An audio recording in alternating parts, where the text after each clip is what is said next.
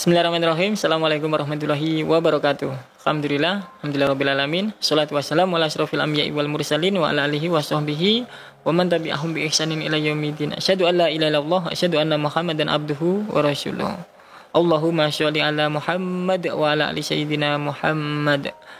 Alhamdulillah, puji dan syukur mari senantiasa kita panjatkan kepada Allah Subhanahu wa taala atas limpahan nikmatnya, atas limpahan karunia-Nya, sehingga alhamdulillah kita semuanya semoga dalam kondisi sehat walafiat dan tentunya tetap semangat, dan nikmat iman dan Islam ini semoga terus terjaga sampai akhir hayat nanti, karena inilah yang kemudian menjadi bekal kita nanti untuk menghadap Allah Subhanahu wa taala, Sang Pencipta alam semesta beserta alam manusia dan seisinya dalam kehidupan ini.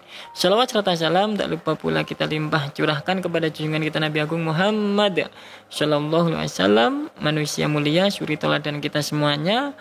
Dialah yang kemudian memperjuangkan Islam, dialah yang kemudian menyampaikan Islam hingga kemudian kita mengenal Islam, teman-teman. Maka semoga terus kita istiqomah dan kita layak nanti mendapatkan syafaat yaumul kiamat kelak, amin ya rabbal alamin.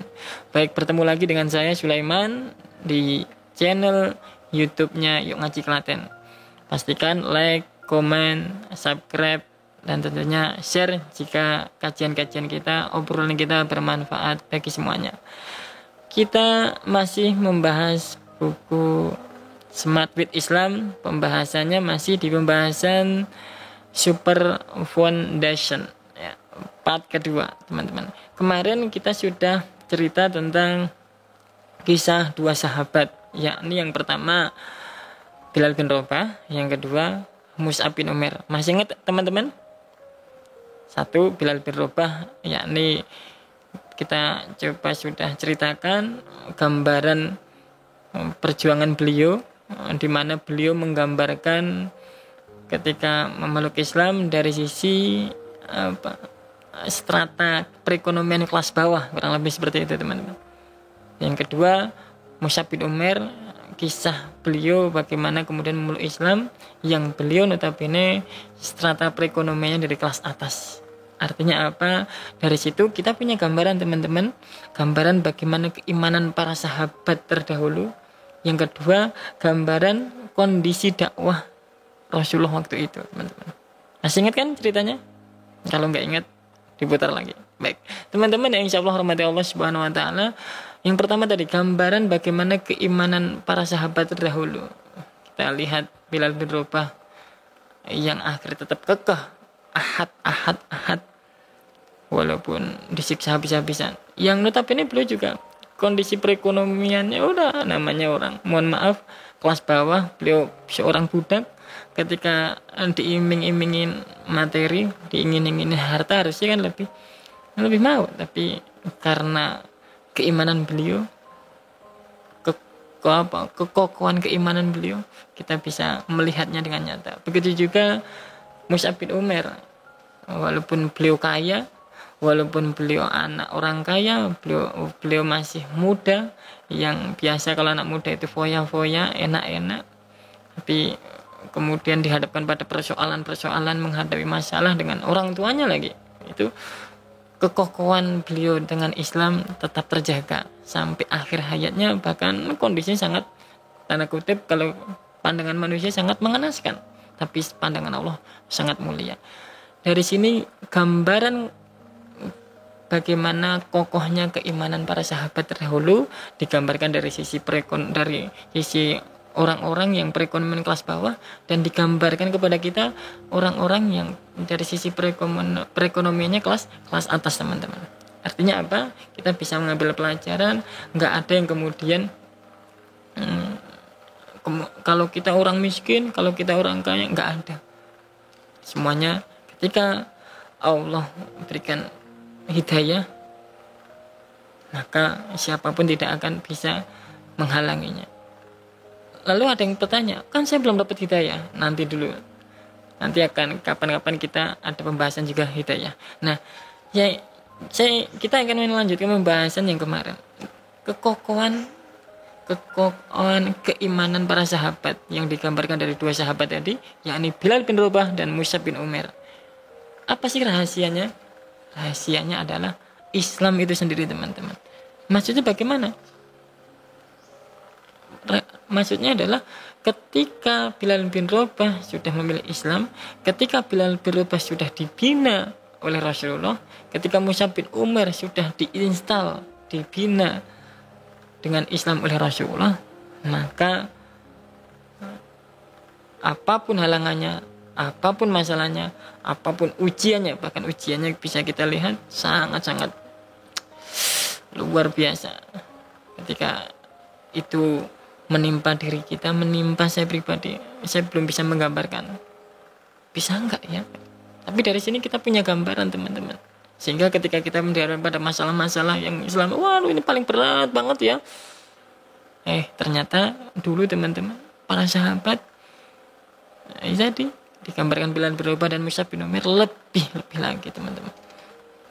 Nah, kata kuncinya apa sih yang kemudian menjadikan para sahabat dulu keimanannya kokoh, keimanannya kuat, yakni Islam itu sendiri. Ketika sudah terinstal dengan Islam, itulah kata kuncinya, teman-teman.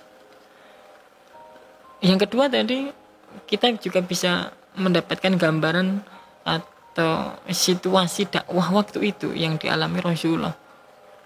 Itu kan masa-masa dakwah Rasulullah masih awal-awal, yakni dengan bahasa adalah dakwah sembunyi-sembunyi, hanya mengetok ke orang per orang, ngajak untuk kemudian memahami Islam, mengajak seseorang untuk menyembah Sang Pencipta Allah Subhanahu wa taala, bukan yang lainnya.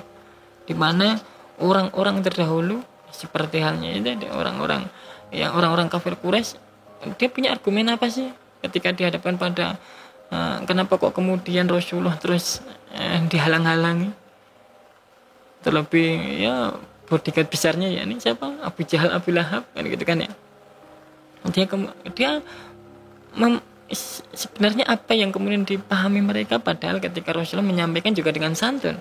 Rasulullah menyampaikan, atau ketika sahabat menyampaikan Islam juga dengan santun. Itulah argumentasi orang-orang Quraisy waktu itu, yang ketika mengenal ada sebagian orang lain yang diajak kemudian menyembah Allah, dia berargumen, pokoknya ini dulu tuh ajaran nenek moyang kita. Nah, jadi bahasanya apa ya, egoisme dalam diri seorang orang-orang Quraisy terdahulu itu tinggi-tinggi sekali. Terlebih ketika mereka mempunyai kekuasaan, mereka mempunyai harta, mempunyai materi. Kita juga bisa menggambarkan bagaimana seorang, misal di masa dulu Nabi Musa dihadapi siapa sih? Fir'aun bahkan mengaku Tuhan, kan gitu. Dan ternyata karakternya turun temurun ketika wis pokok ini loh, ini ajaran nenek moyang, jangan sampai ditentang. Ini ajaran orang-orang tua kita terdahulu, jangan sampai ditentang, jangan sampai kita menyalahinya. Nah, ini gambaran dakwah di masa Rasulullah awal-awal, teman-teman. Yang mereka sebenarnya argumentasinya adalah wis pokok ini loh ya dari orang nenek moyang kita. Nah, teman-teman yang insyaallah rahmati Allah SWT, maka fokus kembali kepada pembahasan bagaimana kekokohan keimanan dari para sahabat terdahulu. Kata kuncinya ternyata Islam. Kenapa kok bisa sampai seperti itu? Dibanding ketika kita bisa melihat fakta, kita Indonesia misal mayoritas Muslim terbesar di dunia, tapi kenapa kok, mohon maaf, kita bisa lihat sendiri kondisi di negeri kita yang notabene mayoritas Muslim. Nah, rahasianya adalah kita bisa lihat sejak cerita bagaimana kisah Nabi Ibrahim. Nabi Ibrahim, kemarin pas Ramadan anak-anak saya sering nonton film-film para nabi itu, salah satunya Nabi Ibrahim itu, teman-teman. Masih ingat kan di surat Al-An'am itu? Al-An'am ayat 76 sampai 79. Yang intinya adalah Nabi Ibrahim di sana mencoba mencari Sang Pencipta, yang berawal dari obrolan Nabi Ibrahim dengan bapak ibunya. Sejatinya kita dari mana sih? Maka orang tuanya menjawab, dari kami, dari orang tua, dari kita kan gitu. Terus orang tua dari mana? Dari orang tuanya. Orang tuanya dari mana? Terus dari mana? Maka kemudian ketika waktu itu Nabi Ibrahim pernah memikir, wah ini ada bulan, ini Tuhan kami. Tapi ternyata siangnya nggak ada. Wah ada matahari di siang hari. Ternyata malamnya sudah nggak ada. Terus berpikir seperti itu. Wah ini maksud Tuhan kok ngilang? Kadang ada, kadang nggak ada, gitu kan ya. Artinya apa? Proses berpikir yang kemudian dilakukan oleh Nabi Ibrahim disitulah yang menjadikan proses untuk kemudian mendapatkan argumentasi yang kuat, teman-teman. Karena apa? Di sini hanya manusia lah yang Allah karuniakan akal pikiran. Terlebih nanti di surat Al-Baqarah masalah Al-Imran ayat 190 Allah berfirman, a'udzubillahi minasyaitonirrajim. Inna fi khalqis samawati wal ardi wa ikhtilafil laili wan nahari la ayatin li ulil albab. Sesungguhnya dalam penciptaan langit dan bumi, silih bergantinya malam dan siang menjadi tanda-tanda bagi orang-orang yang berakal. Hanya manusia yang kemudian kasih akal pikiran. Dari kemarin kita sudah singgung pembahasan akal, kata-kata akal, teman-teman. Nah, ketika para sahabat, salah satu digambarkan dari Bilal bin Rabah dan Mus'ab bin Umair tadi, ketika sudah dibina oleh Rasulullah dengan Islam, ketika pemahaman Islam sudah menyatu dalam pikiran Bilal bin Rabah dan Mus'ab bin Umair, maka apapun masalahnya, apapun tantangannya, bahkan itu besar sekalipun, ternyata tidak akan bisa menggoyahkan keimanan para sahabat. Disitulah kata kuncinya keimanan para sahabat, yakni Islam itu sendiri, yang proses mendapatkannya adalah proses untuk menemukan sang pencipta. Salah satunya dari mana? Ketika salah berangkat dari mana? Yakni kita diajak berpikir untuk menemukan sang pencipta, gitu teman-teman. Maka pastikan akal yang Allah karuniakan pada kita bisa manfaatkan. Yang kemarin juga udah kita sampaikan di surat Al-A'raf kan, yang nanti kita salah satu menjadi penduduk neraka jahanam gara-gara kita tidak maksimalkan akal pikiran kita untuk memikirkan tanda-tanda kebesaran Allah. Ikuti pembahasan tentang berpikir untuk menemukan, untuk membangun kekokohan keimanan kita di episode selanjutnya. Kurang lebihnya mohon maaf. Pastikan like, komen, share. Semoga bermanfaat. Assalamualaikum warahmatullahi wabarakatuh.